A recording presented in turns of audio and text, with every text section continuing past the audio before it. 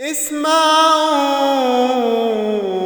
اسمعوا اسمعوا اسمعوا اسمعوا صرخة فقير من الألم بيستجيب. اسمعوا صرخة فقير من الألم بيستجيب. عفيف النفس ما بيتكلمش، عايش حياته كأنه أسير.